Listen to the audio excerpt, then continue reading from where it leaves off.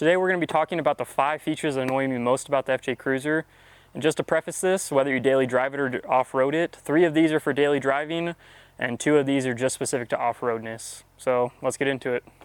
The first one, and there's no getting around it, if you're used to quiet road noise when driving cars, the FJ is not quiet.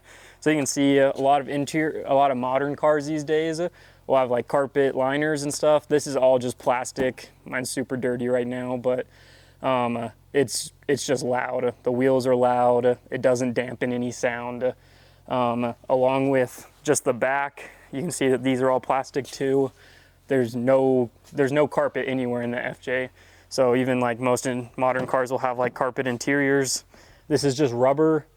It's built to be made off-road, so they weren't really considering quieting the noise when you're driving it daily, but it doesn't bother me. I mean, this is why I got the FJ4 to go off-road, but if you're like really in tune with sounds and stuff and that annoys you, you want to seriously consider before buying that. So second thing with the FJ Cruiser that annoys me, just like any other big vehicle, it gets terrible gas mileage. So even before the upgraded bumper and the roof rack and rooftop tent, I was getting pretty bad gas mileage on the highway with the wind at my back, driving like a grandma. I was probably getting like 21 miles to the gallon on a really good day. Now that I've upgraded like the bumper and the roof rack and the rooftop tent, and skid plates are coming soon, rock sliders are coming soon, so that's all just more weight. Right now I'm getting 15 miles to the gallon on the highway, still driving like a grandma.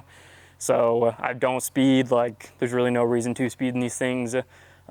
Especially if you upgrade to bigger tires, those are coming soon. It's gonna go down from there. I know some people that are getting like 9 miles to the gallon in their FJ. It's just how it goes, especially if you're off-roading it.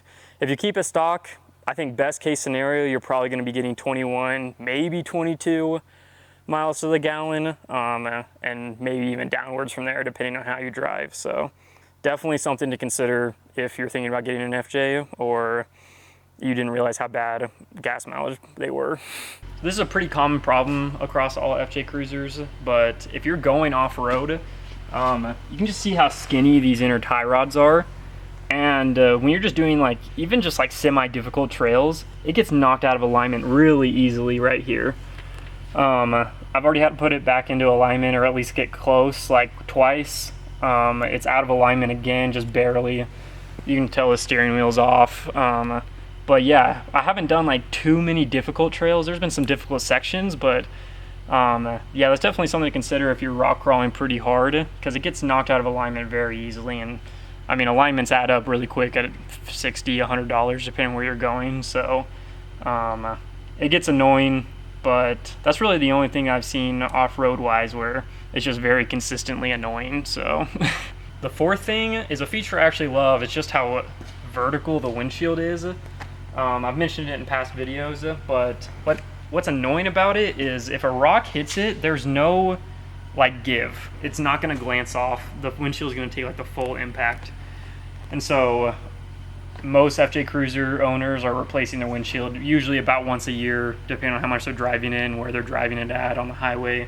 Because if a rock kicks up, like we have one that kicked up just a little bit right here, it's just a tiny one, but any other windshield, if you're in like a regular car, it would have just glanced off, probably not have put a little chip into it. But this just takes the full impact, so probably here in the next couple months we'll probably hit another rock and it'll just crack this whole thing. We'll have to replace it. So something to consider if you're doing a lot of highway miles with semi trucks around you. Those are probably going to get kicked up pretty often, so it's annoying because then you have to tear out these and this top section and replace all the little clips, or else these cowls fly off, and so it gets annoying to replace it. I haven't replaced it yet. I'm sure I will here in the future, but yeah, definitely something to consider if you don't want to be replacing the windshield very often. The fifth and last thing is by far my biggest complaint. So since I do off-road this a lot, and I live over here in Idaho, we have a lot of rocks. It's a lot of rock obstacles. The gas tank is the lowest thing that sits here. So if you look at like everything, the gas tank just sits like an inch lower than everything else.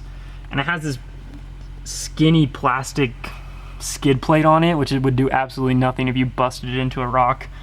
But I mean, it extends all the way from right here all the way back there, and honestly I don't know why they designed it this way. I've already bashed on a couple rocks. Luckily I've been lucky I haven't obviously punctured a hole into it, but I mean, that's like the last thing you want is to puncture a hole in your gas tank on the trail.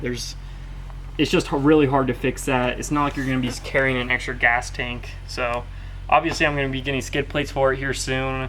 But again, that's just more weight, less miles to the gallon. So everything's a give and trade. So if you wanna be protected, you're gonna have to give up something else, and that's usually miles to the gallon. So that's my biggest complaint. Again, it's not a big one in my opinion, just for the reliability of Toyota and everything like that, but it can definitely get annoying if you're going over big rock obstacles and have to worry about hitting your gas tank every single time. Thanks so much for sticking around and watching the video.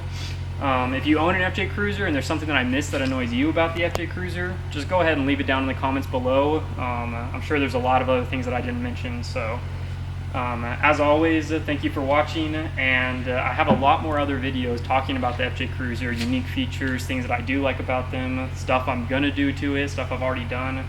I have a welding bumper video coming soon, so please just consider subscribing and just stay tuned to the channel.